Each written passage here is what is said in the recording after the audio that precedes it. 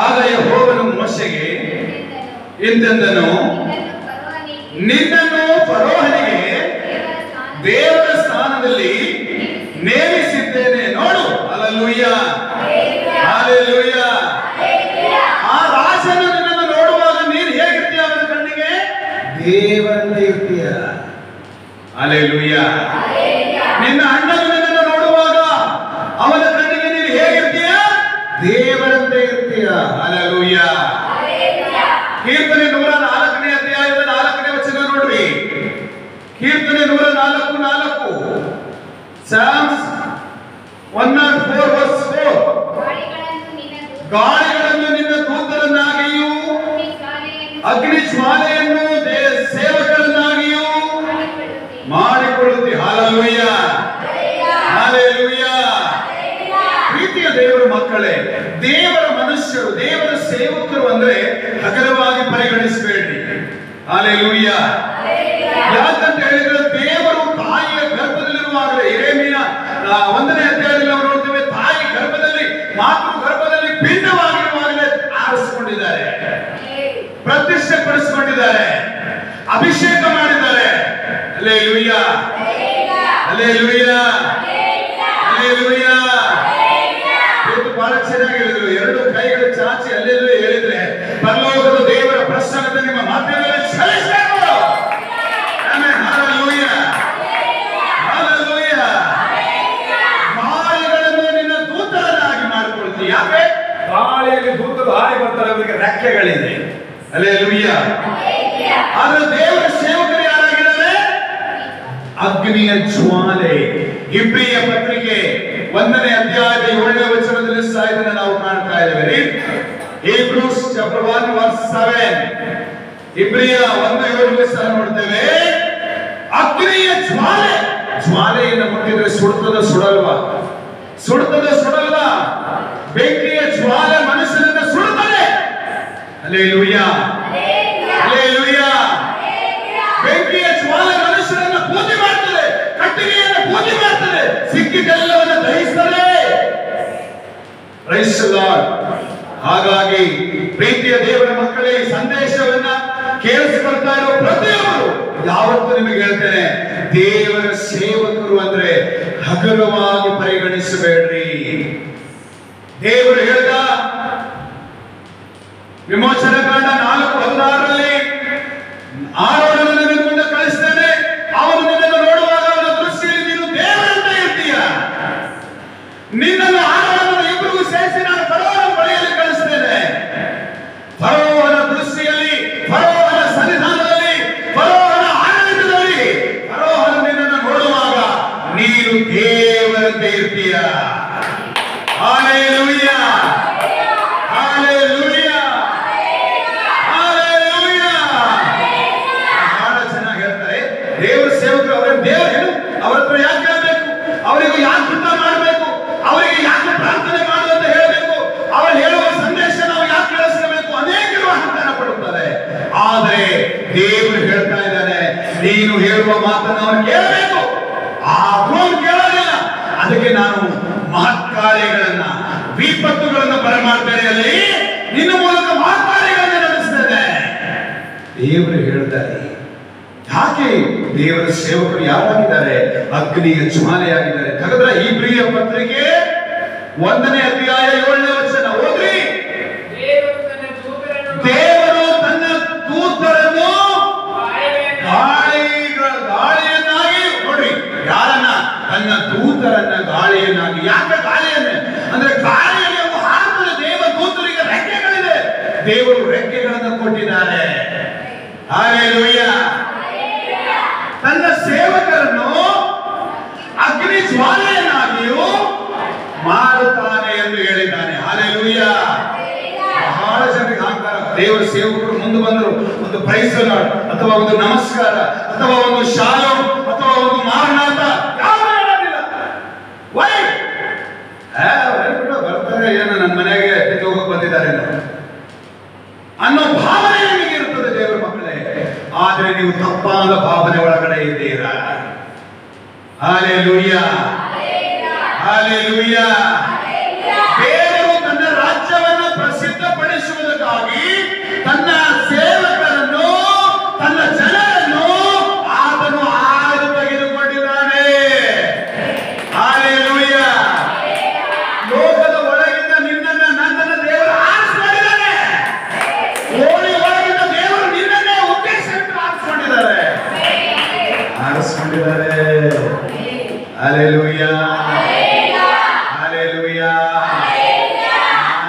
ನೀನು ಕೇವಲ ಕರೆಯಲ್ಪಟ್ಟವರಲ್ಲ, ನಾವು ಆಯಲ್ಪಟ್ಟವರಾಗಿದ್ದೇವೆ. ಆಮೆನ್. ಹೊಲದಲ್ಲಿ ಬಂದಂತ ದೊಡ್ಡ ಬೆಳೆ ತಂದು ಮಾರ್ಕೆಟ್ ಅಲ್ಲಿ ರಾಶಿ ಮಾಡಿರಬಹುದು, ಆದ್ರೆ ನನ್ನ ಕುಟುಂಬಕ್ಕೆ ನಿನ್ನ ಕುಟುಂಬಕ್ಕೆ ಯಾವುದು ಅಗತ್ಯತೆ ಇದೆಯೋ ಅಷ್ಟನ್ನೇ ಆರಿಸ್ಕೊಂಡು ತಗೊಂಡು ಬರ್ತೇವೆ ನಾವು. ಆಮೇಲೆ ಈ ಪಟ್ಟಣದ ಒಳಗಡೆ ಲಕ್ಷಾಂತರ ಜನ ಇರಬಹುದು, ನಿನ್ನನ್ನ ನನ್ನನ್ನ ದೇವರು ಆರಿಸಿಕೊಂಡಿದ್ದಾರೆ. ನಿಮ್ಮ ಊರಲ್ಲಿ ನೂರಾರು ಜನ ಸಾವಿರಾರು ಜನ ಇರಬಹುದು, ಆದ್ರೆ ದೇವರು ನಿನ್ನನ್ನೇ ಉದ್ದೇಶ ಬಿಟ್ಟು ನನ್ನ ಮೇಲೆ ಉದ್ದೇಶ ಬಿಟ್ಟು ಆರಿಸಿಕೊಂಡಿದ್ದಾರೆ. ಹಲ್ಲೆಲೂಯಾ. ಯಾವತ್ತೂ ನಿಮಗೆ ಹೇಳ್ತೇನೆ, ದೇವರ ಸೇವಕರ ವಿಷಯದಲ್ಲಿ ಮನೆಗಳಲ್ಲಿ ಗೇಲಿ ಮಾಡುವುದಾಗಿರಬಹುದು, ಮಾರ್ಗ ಮಧ್ಯದಲ್ಲಿ ಮಾತಾಡ್ತಕ್ಕಂಥದ್ದಾಗಿರಬಹುದು, ಇತ್ಯಾದಿ ಸೋ ಅಂಡ್ ಸೋ ವಿಷಯಗಳು ಒಂದು ವೇಳೆ ಇದ್ರೆ, ಯಾವುದೇ ಪರಿಸ್ಥಿತಿ ಇರಬಹುದು, ಮೊದಲು ಅದನ್ನು ತೆಗೆದು ಬಿಸಾಕಿ ನಿಮ್ಮ ಒಳಗಿಂದ. ಎಲ್ಲಿ ಒಳಗೆ ತೆಗೆದು ಹಾಕೋದೇವೋ. ಯಾಕೋಬನ ಪತ್ರಿಕೆ ನಾವು ನೋಡ್ತೇವೆ, ಯೋಬನ ಪತ್ರಿಕೆ ನಾವು ನೋಡ್ತೇವೆ. ಯೋಬನು ಹೇಳ್ತಾನೆ, ಅನ್ಯಾಯವನ್ನು ನಿನ್ನ ಮನೆಯಿಂದ ನಿನ್ನ ಗುಡಾರದಿಂದ ತೆಗೆದು ಹಾಕು, ಆಗ ನೀನು ಉದ್ಧಾರವಾಗುವಿ. ನಿನ್ನ ಉದ್ಧಾರಕ್ಕೆ ಏನು ಅಡ್ಡಿಯಾಗಿದೆ? ಅನ್ಯಾಯ. ನಿನ್ನ ಉದ್ಧಾರಕ್ಕೆ ಏನು ಅಡ್ಡಿಯಾಗಿದೆ? ಪಾಪ. ನಿನ್ನ ಉದ್ಧಾರಕ್ಕೆ ಏನು ಅಡ್ಡಿಯಾಗಿದೆ? ಕಳಂಕ. ನಿನ್ನ ಉದ್ಧಾರಕ್ಕೆ ಏನು ಅಡ್ಡಿಯಾಗಿದೆ? ನಿನ್ನ ತುಟಿಗಳು. ನಿನ್ನ ಉದ್ಧಾರಕ್ಕೆ ಏನು ಅಡ್ಡಿಯಾಗಿದೆ? ನಿನ್ನ ಹೃದಯದ ಆಲೋಚನೆಗಳು ಅಡ್ಡಿಯಾಗಿದೆ. ಅದಕ್ಕೆ ಲಾಸ್ಟ್ ನಾನು ನಿಮಗೆ ಹೇಳಿದೆ, ಐಶಾಯ ಚಾಪ್ಟರ್ 59 ನಾವು ನೋಡ್ತೇವೆ, ನಿಮ್ಮ ಅಪರಾಧಗಳೇ ನನಗೆ ಅಡ್ಡಿಯಾಗಿದೆ. ಹಲ್ಲೆಲೂಯಾ. ದೇವರಿಗೆ ಬಹಳ ಇಷ್ಟ ನಿಮ್ಮನ್ನು ಉದ್ಧಾರ ಮಾಡಬೇಕು, ನನ್ನ ಮಕ್ಕಳನ್ನ ಮೇಲೆ ಇರಬೇಕು, ನನ್ನ ಮಕ್ಕಳನ್ನ ಅಭಿವೃದ್ಧಿ ಮಾಡಬೇಕು, ನನ್ನ ಮಕ್ಕಳ ನಿರೀಕ್ಷೆ ಸಾಯಬಾರದು, ನನ್ನ ಮಕ್ಕಳ ನಂಬಿಕೆ ವ್ಯರ್ಥ ಆಗಬಾರದು, ನನ್ನ ಮಕ್ಕಳನ್ನು ನಾನು ಉನ್ನತ ಜಾಗದಲ್ಲಿ ನಡೆಸಬೇಕು. ಇದು ದೇವರು ಸಂಕಲ್ಪಿಸಿದ್ದು. Praise the lord. ಹಲ್ಲೆಲೂಯಾ. ಯಾಕೆ ದೇವರ ಸೇವಕರು ಇಷ್ಟು ಪ್ರಯಾಸ ಪಡ್ತಾ ಇದ್ದಾರೆ? 103ನೇ ಕೀರ್ತನೆ 21ನೇ ವಚನ, ಆತನ ಸೈನ್ಯಗಳೇ, ಆತನ ಮೆಚ್ಚುಗೆಯನ್ನು ನೆರವೇರಿಸುವ ಸೇವಕರೇ. ಹಲ್ಲೆಲೂಯಾ. ದೇವರ ಇಷ್ಟವನ್ನ, ದೇವರ ಚಿತ್ತವನ್ನ, ದೇವರ ಉದ್ದೇಶವನ್ನ, ದೇವರ ಆಲೋಚನೆಯನ್ನ ನೆರವೇರಿಸುವುದಕ್ಕೆ ದೇವರು ತನ್ನ ಸೇವಕರನ್ನ ಹಂಬಲದಿಂದ ಆಯ್ಕೆ ತೆಗೆದುಕೊಂಡಿದ್ದಾನೆ. ಹಲ್ಲೆಲೂಯಾ. ಹಲ್ಲೆಲೂಯಾ. ದೇವರು ಸುಮ್ಮನೆ ಬಿಡೋದಿಲ್ಲ. ಸಾವಿರಾರು ಜನ ವಿಶ್ವಾಸಿಗಳು ಬರ್ಬೋದು, ಹೋಗ್ಬೋದು, ಆದ್ರೆ 102ನೇ ಕೀರ್ತನೆ 28ನೇ ವಚನದಲ್ಲಿ ನಾವು ನೋಡ್ತಾ ಇದ್ದೇವೆ, ನಿನ್ನ ಸೇವಕರ ಮಕ್ಕಳು ಬಾಳುವರು. ಆಮೆನ್. ಹಲ್ಲೆಲೂಯಾ. ನಿನ್ನ ಸೇವಕರ ಮಕ್ಕಳು ಬಾಳುವರು, ಅವರ ಸಂತತಿಯವರು ನಿನ್ನ ಸನ್ನಿಧಿಯಲ್ಲಿ ಸ್ಥಿರವಾಗಿರುವರು ಎಂದು ಮೊರೆ ಇಡುತ್ತೇನೆ. ಹಲ್ಲೆಲೂಯಾ. ಸಾವಿರಾರು ಜನ ಉಪಕಾರ ಹೊಂದಿದವರು ಮಾತ್ರ ಹೋಗಬಹುದು, ಆದ್ರೆ ದೇವರು ಹೇಳ್ತಾ ಇದ್ದಾನೆ, ನನ್ನ ಸೇವಕರ ಮಕ್ಕಳನ್ನು ನನ್ನ ಸನ್ನಿಧಾನದಲ್ಲಿ ನಿಲ್ಲಿಸ್ತೇನೆ. ಆಮೇಲೆ ಅನೇಕರು ಮರೆತು ಹೋಗ್ಬೋದು, ಅನೇಕರು ಬಿಟ್ಟು ಹೋಗ್ಬೋದು, ಆದ್ರೆ ತನ್ನ ಸೇವಕರ ಮಕ್ಕಳ ಮೂಲಕ ದೇವರು ತನ್ನ ಇಷ್ಟವನ್ನು ನೆರವೇರಿಸ್ತಾನೆ. ಹಲ್ಲೆಲೂಯಾ. ಆಮೆನ್. ಆಮೆನ್. ಹಲ್ಲೆಲೂಯಾ. ನಾವೇನಾಗಿ ಬಾಳಬೇಕು? ಸಜ್ಜನರಾಗಿ ಬಾಳಬೇಕು. ಏನಾಗಿ ಬಾಳ್ಬೇಕ್ರಿ? ಪಕ್ಕದವರಿಗೆ ಹೇಳ್ರಿ, ಏನಾಗಿ ಬಾಳ್ಬೇಕ್ರಿ? ಸಜ್ಜನರಾಗಿ ಬಾಳ್ಬೇಕು. ಆಮೆನ್. ಸಜ್ಜನರು ಎಲ್ಲಿ ನಿಲ್ತಾರೆ? ದೇವರ ಸನ್ನಿಧಿಯಲ್ಲಿ ನಿಲ್ತಾರೆ. ಸಮಾಜ ದೇವರ ಸ್ತೋತ್ರ ಮಾಡ್ರಿ. ನೀವೆಲ್ಲರೂ ಸಜ್ಜನರಾಗಿದ್ದೀರಿ, ಅದಕ್ಕೆ ದೇವರು ಇಲ್ಲಿ ನಿಲ್ಲಿಸಿದ್ದಾನೆ. ದುರ್ಜನರು ಬಂದಿಲ್ಲ, ಪಾಪದಲ್ಲಿರೋರು ಬಂದಿಲ್ಲ, ಅನ್ಯಾಯದಲ್ಲಿರೋರು ಬಂದಿಲ್ಲ, ವ್ಯಭಿಚಾರದ ಆತ್ಮವುಳ್ಳವರು ಬಂದಿಲ್ಲ, ಕಳ್ಳತನದ ಆತ್ಮವುಳ್ಳವರು ಬಂದಿಲ್ಲ, ದುಷ್ಟತನದ ಆತ್ಮವುಳ್ಳವರು ಬಂದಿಲ್ಲ, ಕುಡಿತದ ಆಸೆಯುಳ್ಳವರು ಬಂದಿಲ್ಲ, ಲೋಕದ ಆಸೆಯುಳ್ಳವರು ಬಂದಿಲ್ಲ. ಯಾಕಂದ್ರೆ ಅವರು ಏನಾಗಿದ್ದಾರೆ? ಲೋಕಕ್ಕೆ ಪ್ರಿಯರು ಆಗಿದ್ದಾರೆ. ನಾವು ಕರ್ತನಿಗೆ ಪ್ರಿಯರು ಆಗಿದ್ದಾರೆ. ಆಮೆನ್. ಅದಕ್ಕೆ ದೇವರು ಏನ್ ಹೇಳ್ತಾನೆ? ಏನ್ ಹೇಳ್ತಾನೆ? ದೇವರು ಏನ್ ಹೇಳ್ತಾರೆ ಗೊತ್ತಾ? ಸಜ್ಜನರು ನನ್ನ ಸನ್ನಿಧಾನದಲ್ಲಿ ಇರ್ತಾರೆ. ಕೀರ್ತನೆ 11ನೇ ಅಧ್ಯಾಯ 1ನೇ ವಚನ.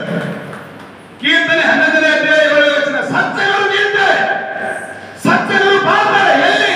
ದೇವರ ಸನ್ನಿಧಾನದಲ್ಲಿ ಯಾರು ಇರ್ತಾರೋ ಅವರನ್ನು ದೇವರು ನಿಲ್ಲಿಸೇ ನಿಲ್ಲಿಸ್ತಾನೆ. Hallelujah. Read first. ಏಕೆಂದರೆ ನೀತಿ ಸ್ವರೂಪನಾದ ಯೆಹೋವನು ನೀತಿಯನ್ನು ಮೆಚ್ಚುವವನಾಗಿದ್ದಾನೆ. ಏನು ಮೆಚ್ಚುವವನಾಗಿದ್ದಾನೆ? ನೀತಿಯನ್ನು ಮೆಚ್ಚುವವನಾಗಿದ್ದಾನೆ. ಸಜ್ಜನರು ಆತನ ಸಾನ್ನಿಧ್ಯವನ್ನು ಸೇರುವರು. Hallelujah. Hallelujah. ಪರಲೋಕ ಗೌರವದ ಸಜ್ಜನರೇ, ಆಮೆನ್. ದೇವರ ಸಾನ್ನಿಧ್ಯವನ್ನು ಅಪೇಕ್ಷಿಸುವವರೇ, ಯೇಸು ನಿಮ್ಮನ್ನು ಪ್ರೀತಿಸ್ತಾ ಇದ್ದಾರೆ. ಪಕ್ಕದವರಿಗೆ ಯೇಸು ನಿಮ್ಮನ್ನು ಪ್ರೀತಿಸ್ತಾ ಇದ್ದಾರೆ. Jesus loves you. ಎಲ್ಲಿ ಹೋದ್ರೆ ಯಾರಿಗಾದ್ರೂ ನೋಡುವಾಗ ಹೇಳ್ರಿ, ಜೀಸಸ್ ಲವ್ಸ್ ಯು.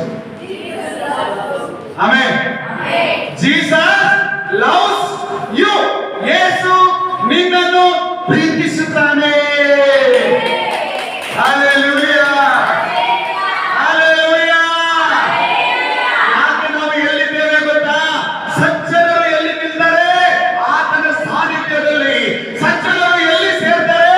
ಆತನ ಸಾನ್ನಿಧ್ಯದಲ್ಲಿ. ದುರ್ಜನರು ಲೋಕದಲ್ಲಿ ಆಶೀರ್ವಾದ ಹುಡುಕ್ತಾ ಇದ್ದಾರೆ, ಸಜ್ಜನರು ದೇವರ ಅಂಗಳದಲ್ಲಿ ಹುಡುಕ್ತಾ ಇದ್ದಾರೆ.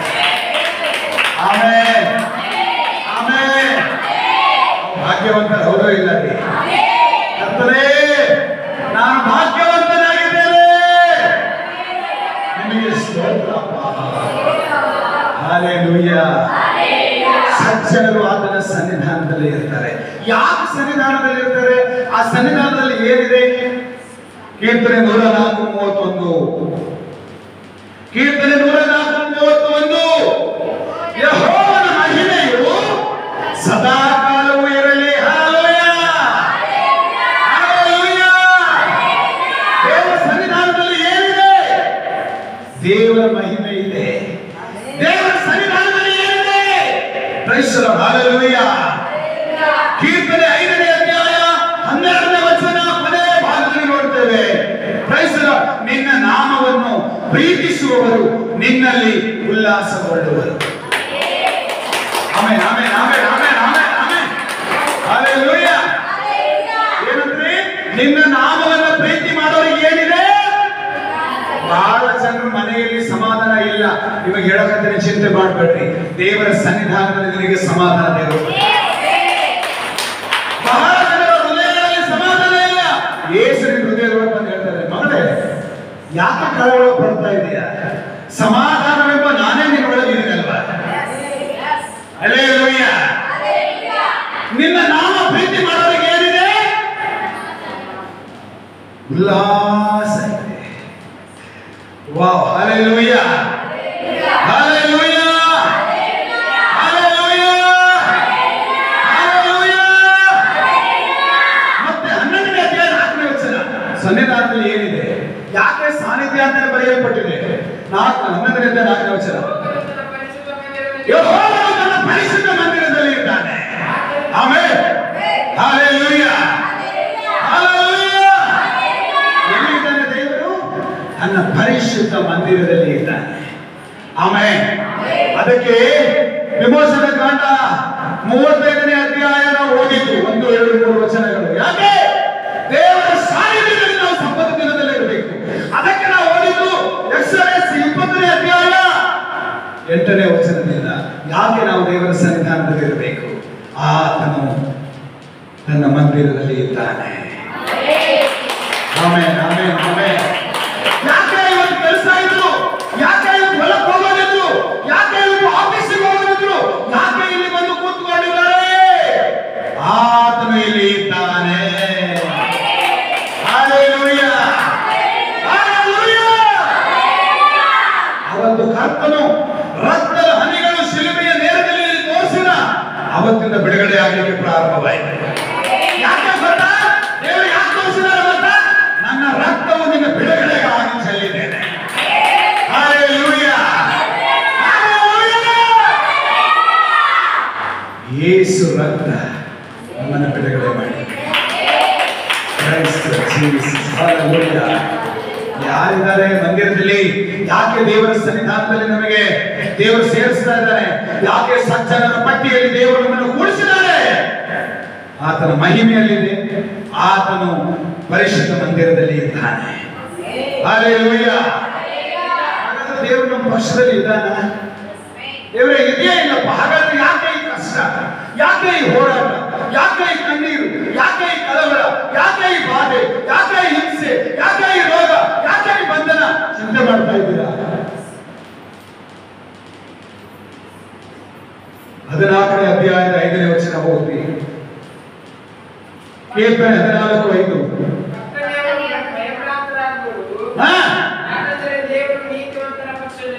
ಹಲ್ಲೆಲೂಯಾ. ಬರೀ ಆಹಾರಕ್ಕಾಗಿ, ಬರೀ ಲೋಕದ ಕಾರ್ಯಗಳಿಗಾಗಿ ಚಿಂತಿಸುವವರು ಪಕ್ಕದ ಲಯವಾಗಿದ್ದಾರೆ. ಯಾಕೆ? ದೇವರು ನಿನ್ನ ಪಕ್ಷದಲ್ಲಿದ್ದಾನೆ. ಜೋರಾಗಿ ಕಟ್ಟಲಾದ್ರೆ ಈ ರೋಗಿಸರ ಹಾಗೆ ಕಟ್ಟಲಾದ್ರು, ಕಟ್ಟಿದ್ರೆ ಆರೋಗ್ಯವಂತರ ಹಾಗೆ ಕಟ್ಟೆ. ದೇವರು ಯಾರ ಪಕ್ಷದಲ್ಲಿದ್ದಾನೆ? ನೀತಿವಂತರ ಪಕ್ಷದಲ್ಲಿದ್ದಾನೆ. ಆಮೆನ್. ದೇವರು ನೀತಿವಂತರ ಪಕ್ಷದಲ್ಲಿದ್ದಾನೆ. ಹನುಮಂತನ ಹಲ್ಲೆಲೂಯಾ. ದೇವರು ಯಾರ ಪಕ್ಷದಲ್ಲಿದ್ದಾನೆ? ಪಕ್ಕದವರಿಗೆ ಹೇಳ್ರಿ, ಯಾರ ಪಕ್ಷದಲ್ಲಿದ್ದಾನೆ? ಆ ನೀತಿವಂತರು ಯಾರು? ನಾನಾಗಿರ್ಬೇಕು, ನೀನಾಗಿರ್ಬೇಕು, ನಾವಾಗಿರ್ಬೇಕು. ಆತನನ್ನು ಸ್ಮರಿಸುವವರಾಗಿರ್ಬೇಕು, ಆತನನ್ನು ಆರಾಧನೆ ಮಾಡುವವರಾಗಿರ್ಬೇಕು. ಹಲ್ಲೆಲೂಯಾ. ದೇವರು ನೀತಿವಂತರ ಪಕ್ಷದಲ್ಲಿದ್ದಾರೆ. ಯಾಕಂದ್ರೆ ನಾವು ಆಗಲೇ ಓದಿದ್ವಿ 11ನೇ ಅಧ್ಯಾಯ 7ನೇ ವಚನ, ಆತನು ನೀತಿ ಸ್ವರೂಪನಾಗಿದ್ದಾನೆ. Amen, amen, amen. ಹಲ್ಲೆಲೂಯಾ. ಸಜ್ಜನರು ನೀತಿ ದೇವರ ಸನ್ನಿಧಾನದಲ್ಲಿ ಇರ್ತಾರೆ. ಎರಡನೇದಾಗಿ 11ನೇ ಅಧ್ಯಾಯ 10ನೇ ವಚನ, ಸ್ವಲ್ಪ ಫಾಸ್ಟ್ ಆಗಿ. 4ನೇ Proverbs chapter 11 verse 10. 4:11-10. 4:11-10 ಬೇಗ ಓದ್ರಿ.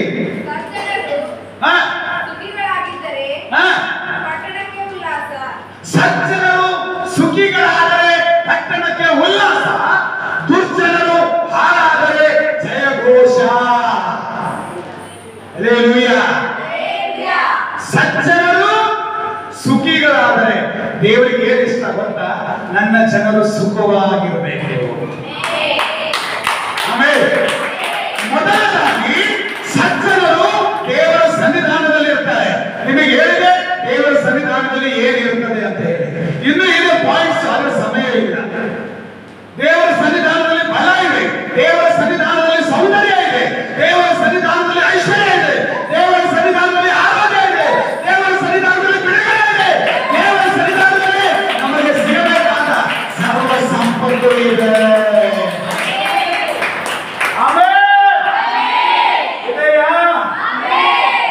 ಪಡ್ಕೊಂಡಿದ್ದೇವೆ.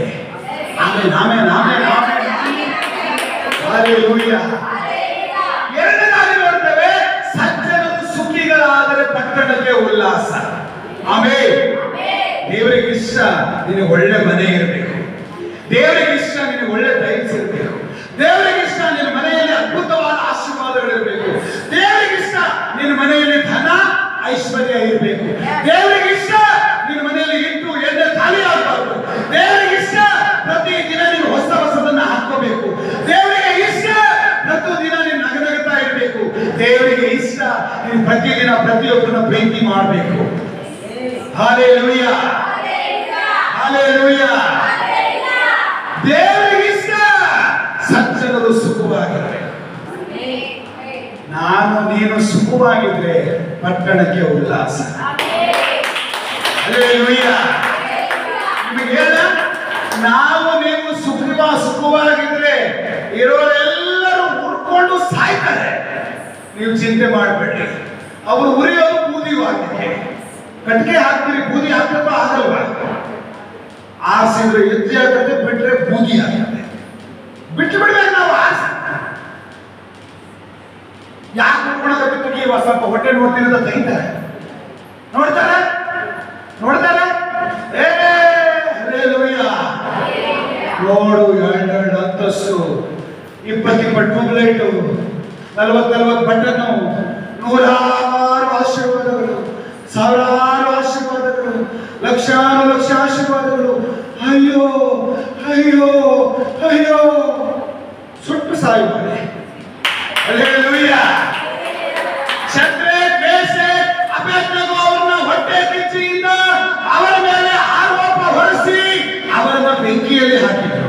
ಬೈಬಲ್ ಹೇಳ್ತದೆ ಬೆಂಕಿಯ ವಾಸನೆ ಅವರಿಗೆ ಮುಟ್ಟಲಿಲ್ಲ.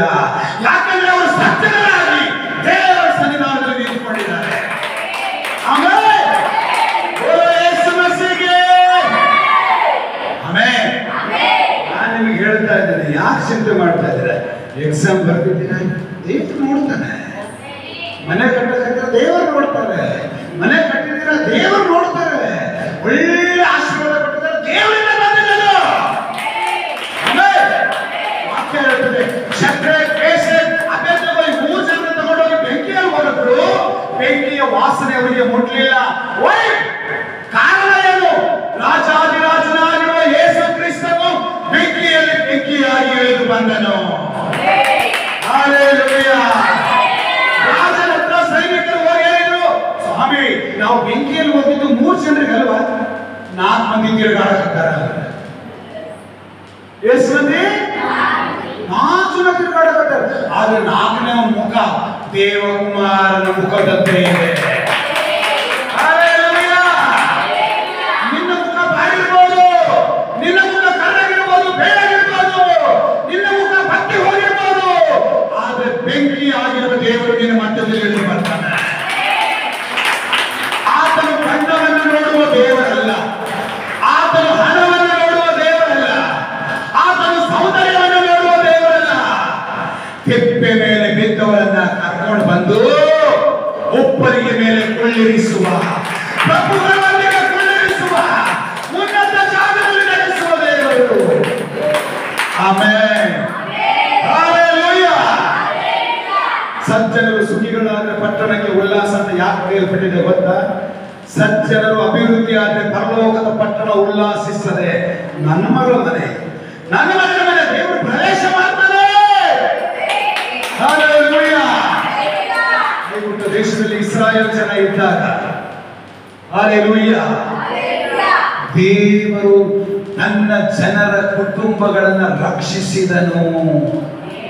ನೀನು ಅಂದ್ಕೊಳಕ್ ಹೋಗ್ಬೇಡ, ನಮ್ಮ ಊರಲ್ಲಿ, ನಮ್ಮ ಓಣೆಯಲ್ಲಿ, ನಮ್ಮ ಪ್ರಾಂತ್ಯದಲ್ಲಿ ನಾನು ಒಬ್ಬಳೆ ಒಂದೇ ಕುಟುಂಬ ಈ ಆಶೀರ್ವಾದ ಸಭೆಯಲ್ಲಿದ್ದೇವೆ ಅಂತ ಯಾಕೆ ಚಿಂತೆ ಮಾಡ್ತೀವಿ? ಇಡೀ ಓಣೆಯಲ್ಲಿ ಬೇರೆ ಬಿಟ್ಟಾಕು, ನೀನು ಬೇಕಾದ ದೇವರು ಆರಿಸ್ಕೊಂಡಿದ್ದಾನೆ. ಆಮೇಲೆ ಎಲ್ಲರಿಗೂ ನಿನ್ನ ಶಿರಸಾಗಿರಬೇಕು ಅಂತ ದೇವರು ಆರಿಸ್ಕೊಂಡಿದ್ದಾನೆ. ಹಲ್ಲೆಲೂಯಾ. ಸಜ್ಜನರು ಸುಖಿಗಳಾದ ಪಟ್ಟಣಕ್ಕೆ ಉಲ್ಲಾಸ. ಹಲ್ಲೆಲೂಯಾ. ಸಜ್ಜನರ ಬದುಕ್ತೀರಾ, ದೇವರ ಸನ್ನಿಧಾನದಲ್ಲಿ ಇರ್ರಿ. ಸಜ್ಜನರಾಗಿ ಬದುಕ್ತೀರಾ, ಸುಖವಾಗಿರುವುದು ದೇವರು ಸಹಾಯ ಮಾಡ್ತಾನೆ. ಆಮೇಲೆ 3ನೇದಾಗಿ ಸೇಮ್ 11ನೇ ಅಧ್ಯಾಯ 23ನೇ ವಚನ. ನಾನು ಓದಿ 11ನೇ ಅಧ್ಯಾಯ 23ನೇ ವಚನ. ವರ್ಸ್ 23. ಸಜ್ಜನರ ಆಸೆಯು ಮಂಗಳಾಸ್ಪದ, ನಿಮಗೆ ಮಂಗಳವಾಗಲಿ. ಆಮೇಲೆ ಸಜ್ಜನರ ಆಸೆಯು ಮಂಗಳಾಸ್ಪದ, ದುರ್ಜನರ ನಿರೀಕ್ಷೆಯು ರೋಷಾಸ್ಪದ. ಅಲ್ಲಿ ಏನ್ ನೋಡಿದ್ವಿ? 11:10 ದುರ್ಜನರು ಹಾಳಾದ್ರೆ ಜಯಘೋಷ, ದುರ್ಜನರು ಹಾಳಾದ್ರೆ ಜಯಘೋಷ. ದುರ್ಜನರು ನಾಶವಾಗಿದ್ದಾರೆ, ಸ್ತೋತ್ರ. ಹಲ್ಲೆಲೂಯಾ. ದುಷ್ಟರು ಹಾಳಾಗಿದ್ದಾರೆ, ದೇವರಿಗೆ ಸ್ತೋತ್ರ. ಪಾಪಿಗಳು, ಕೊಲೆಗಾರರು, ಅನ್ಯಾಯಗಾರರು ಹಾಳಾಗಿದ್ದಾರೆ, ದೇವರಿಗೆ ಸ್ತೋತ್ರ. ಸಜ್ಜನರನ್ನು ಉಳಿಸಿದ್ಯಪ್ಪ, ನಿನಗೆ ಸ್ತೋತ್ರ. ಒಳ್ಳೆಯವರಂತ ಹೇಳಿ ಆರಿಸ್ಕೊಂಡಿಯಲ್ಲ, ನೀನು ಅವರನ್ನು ಉಳಿಸಿದೀಯಾ. ನೀನು ಸನ್ನಿಧಾನದಲ್ಲಿ ಅವರನ್ನು ನಿಲ್ಲಿಸಿದ್ಯಪ್ಪ, ನೀನು ಆಗಿನ ಪ್ರಕಾರ ನಡೆಯುವವರನ್ನು ಉಳಿಸಿದ್ಯಪ್ಪ. ಸ್ತೋತ್ರ ರಾಜ, ಸ್ತೋತ್ರ ರಾಜ. ಆಮೇಲೆ ಸಜ್ಜನರಾಗಿ ಬದುಕ್ರಿ, ನಿಮ್ಮ ಆಶೆಗಳು ನೆರವೇರ್ತದೆ. ಆಮೇಲೆ ಏನ್ ನೆರವೇರ್ತದೆ? ಯೋವೇಲ 2ನೇ ಅಧ್ಯಾಯ 26-27 ವಚನ ಬರೆದಿಟ್ಕೊಡ್ರಿ. ಜೋಯಲ್ ಚಾಪ್ಟರ್ 2 ವರ್ಸ್ 26-27 ಏನ್ ಬರೆಯಲ್ಪಟ್ಟಿದೆ? ಆತನು ನನ್ನ ಆಶೆಗಳನ್ನೆಲ್ಲ ಪೂರೈಸಿದೆ, ನನ್ನ ಆಶಾಭಂಗ ಪಡಿಸೋದಿಲ್ಲ. ಓ ಹಲ್ಲೆಲೂಯಾ. 3ನೇದಾಗಿ ಸಜ್ಜನರ ಆಸೆಯು ಮಂಗಳಾಸ್ಪದ. ನಾವು ಎಲ್ಲಿ ಕೈ ಹಾಕ್ತೇವೋ ಅಲ್ಲೆಲ್ಲ ಶುಭ ಮಂಗಳ. ಆಮೇಲೆ ಆಮೇಲೆ ಇಸ್ರಾಯೇಲರ ಸದಮಲ ಸ್ವಾಮಿಯಾದ ದೇವರು ಹೇಳ್ತಾರೆ, ನೀವು ಕೈ ಹಾಕಿದ ಕೆಲಸದಲ್ಲಿ ನಿಮಗೆ ಶುಭ ಮಂಗಳವಾಗಲಿ. ಆಮೇಲೆ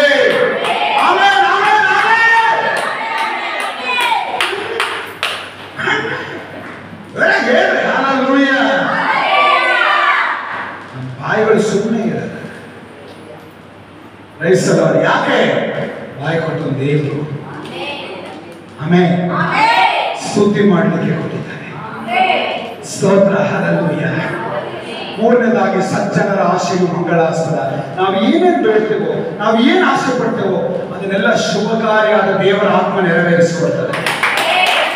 ಆಮೇಲೆ ನಮ್ಮ ಜೀವಿತದಲ್ಲಿ ಯೇಸು ಕ್ರಿಸ್ತನನ್ನು ನಂಬಿದ ದಿನದಿಂದ ಹಿಡಿದು ಇದುವರೆಗೂ ನಾವು ಪ್ರಾರ್ಥನೆಯ ಮೂಲಕವಾಗಿ ದೇವರ ಸನ್ನಿಧಾನದಲ್ಲಿ ಏನೇನು ಬೇಡ್ಕೊಂಡಿದ್ದೇವೋ, ಯಾವುದನ್ನು ಆಶೆ ಪಟ್ಟಿದ್ದೇವೋ, ನನ್ನ ದೇವರು ಒಂದನ್ನು ವಿಫಲ ಮಾಡದೆ ಎಲ್ಲವನ್ನೂ ನೆರವೇರಿಸಿದ್ದಾನೆ.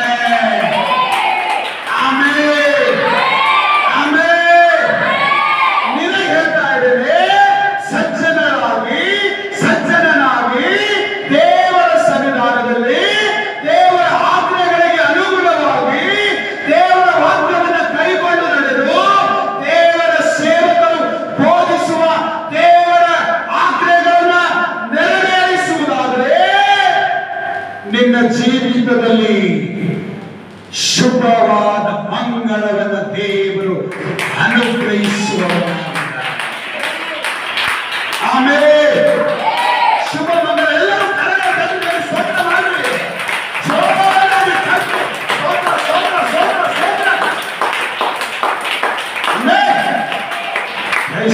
Hallelujah. Hallelujah. Hallelujah.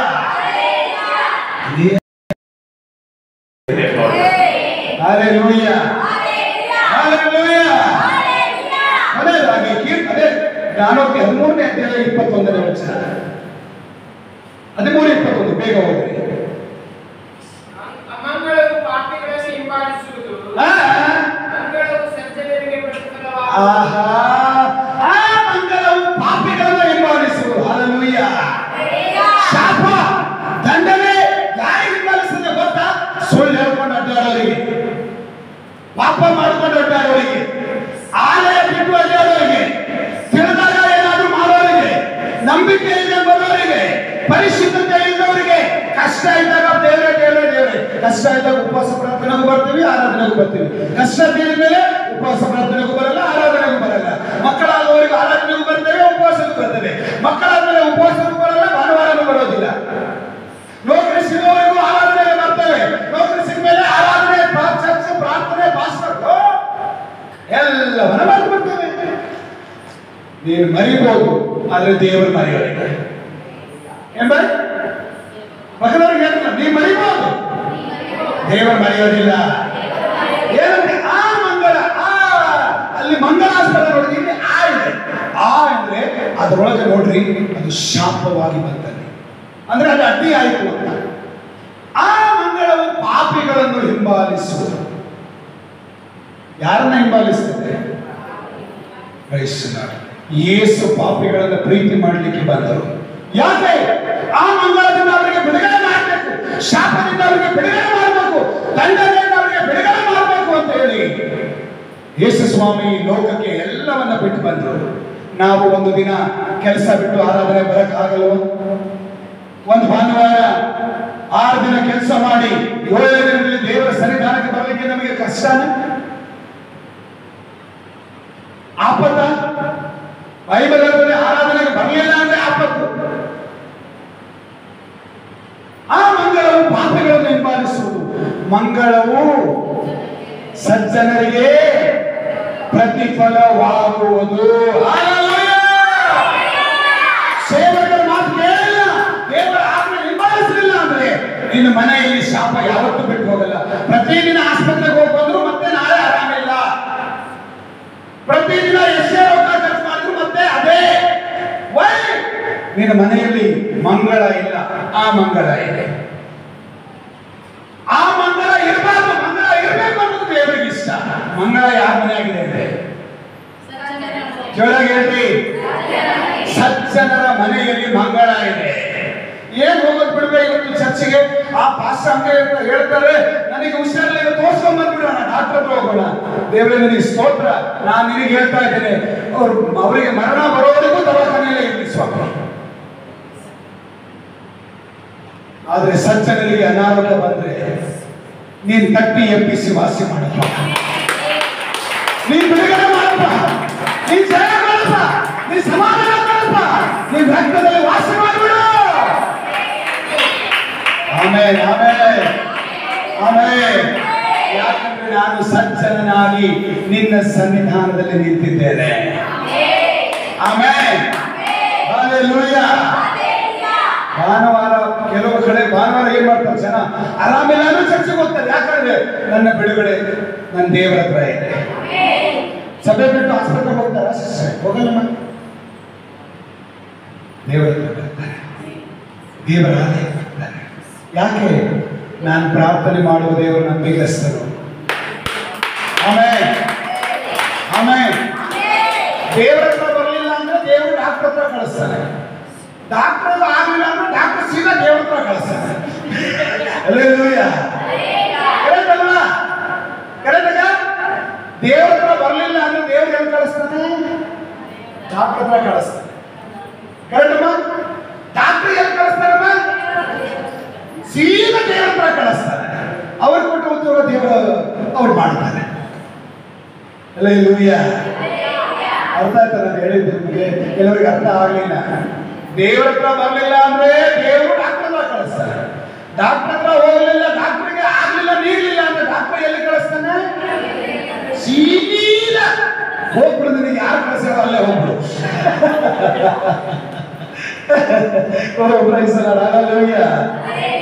ಮೊದಲನೇದಾಗಿ ಏನು?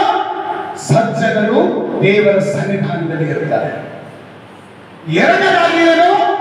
ಸಜ್ಜನರು ಸುಖವಾಗಿ ಇರ್ತಾರೆ. ಸಜ್ಜನರು ಕಳವಳ ಪಡಲ್ಲ, ಸಜ್ಜನರು ಬಡಕ ಅನ್ನಲ್ಲ, ಸಜ್ಜನರು ಓಡು ಅನ್ನಲ್ಲ, ಸಜ್ಜನರು ರೋಗಿಗಳಲ್ಲ ಆಗಲ್ಲ, ಆಸೆ ಪಡಲ್ಲ. ತನಗಿದ್ದದ್ರಲ್ಲಿ ಹಂಚಿಕೊಂಡು ತಿಂತಾರೆ, ತನಗಿದ್ದದ್ರಲ್ಲಿ ಕೊಡ್ತಾರೆ. ಸಜ್ಜನರು ಸುಖವಾಗಿರ್ತಾರೆ. ಮೂರನೇದೇನು? ಸಜ್ಜನರ ಆಸೆ ನೆರವೇರ್ತದೆ, ಮಂಗಳಾಸ್ಪದ. ಸಜ್ಜನರ ಆಸೆ ಮಂಗಳಾಸ್ಪದ. ನಾಲ್ಕನೇದಾಗಿ ಏನು? ಮಂಗಳವು ಸಜ್ಜನರಿಗೆ ಪ್ರತಿಫಲವಾಗುವುದು. ಅಂದ್ರೆ ಶುಭವು ಕೃಪೆಯು. ಕೀರ್ತನೆ 23ನೇ ಅಧ್ಯಾಯ 6ನೇ ವಚನದಲ್ಲಿ ನೋಡುವ ಹಾಗೆ ನಿಶ್ಚಯವಾಗಿ. ಕೈ ಇದೆ ಅಲ್ವಾ? ನಾ ಕೈ ತೋರಿಸಿದ್ರೆ ನಿಶ್ಚಯವಾಗಿ ನನ್ನ ಜೀವಮಾನದಲ್ಲೆಲ್ಲ ಶುಭವು ಕೃಪೆಯು ನನ್ನನ್ನು ಹಿಂಬಾಲಿಸುವುದು. ಶುಭ ಕೃಪೆ ಎಲ್ಲಿ ಬರ್ತದೆ? ನಮ್ಮ ಹಿಂದೆನೆ ಬರ್ತದೆ, ನಾವೆಲ್ಲ ಹೊತ್ತಲ್ಲಿ ಬರ್ತದೆ. ಆಮೇಲೆ ಹಲ್ಲೆಲೂಯಾ. ಹಾಗಾಗಿ ವಾಕ್ಯ ಇರುತ್ತದೆ, ಸಜ್ಜನರು ದೇವರ ಸನ್ನಿಧಿಯಲ್ಲಿ ನಿಲ್ತಾರೆ, ಸಜ್ಜನರು ಸುಖವಾಗಿರ್ತಾರೆ, ಸಜ್ಜನರ ಆಸೆ ನೆರವೇರ್ತದೆ, ಸಜ್ಜನರಿಗೆ ಸಿಗುವುದೆಲ್ಲವೂ ಆಶೀರ್ವಾದವಾಗಿರ್ತದೆ. ಆಮೇಲೆ ಆಮೇಲೆ ದೇವರ ವಾಕ್ಯಗಳ ಮೂಲಕವಾಗಿ ನಾವೆಲ್ಲರನ್ನು ಆಶೀರ್ವದಿಸಲಿ. ಆಮೇಲೆ ಎಲ್ಲರೂ ಎತ್ತೆತ್ಕೊಳ್ಳೋಣ, ಪ್ರಾರ್ಥನೆ ಮಾಡೋಣ. ಮಹಾಪರಿಶುದ್ಧನಾಗಿರುವ ತಂದೆಯೇ, ನೀತಿ ಸ್ವರೂಪನಾದ ದೇವರು ಸಜ್ಜನರಿಗೆ ಕೊಡುವ ಪ್ರತಿಫಲಗಳ ವಿಷಯದಲ್ಲಿ ನೋಡಿದ್ದೇವೆ.